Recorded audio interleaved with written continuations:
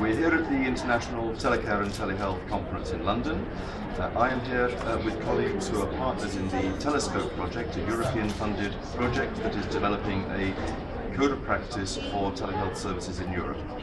We feel this particular project has a huge importance for older people, disabled people, people with different conditions in Europe, both in delivering services to them and helping them to manage their own conditions.